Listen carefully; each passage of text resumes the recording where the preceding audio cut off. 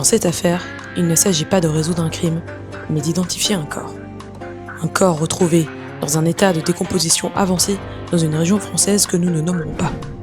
Les enquêteurs tentent de relever les empreintes digitales pour procéder à une identification classique, mais les tissus sont trop dégradés. Aucune empreinte exploitable. L'identité de la victime reste un mystère. Face à cette impasse, la gendarmerie décide alors de faire appel à des équipes extérieures. Nous avons eu la chance de rencontrer l'une d'entre elles.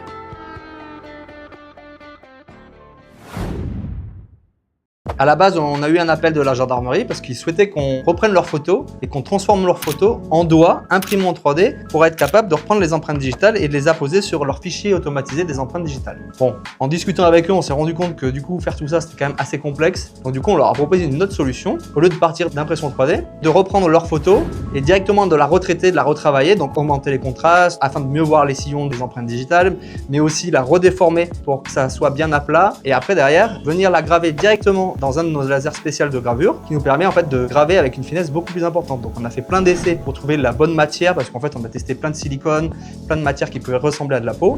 Et après derrière avec des paramètres bien spécifiques, on a réussi à recréer vraiment une empreinte de doigt. Et donc du coup à ce moment-là on est arrivé et on a pu prendre ces maquettes d'empreintes, directement les tremper dans l'encre, suivre le protocole comme eux le font en gendarmerie et venir les apposer directement sur leur fichier automatisé des empreintes digitales afin d'identifier le cadavre.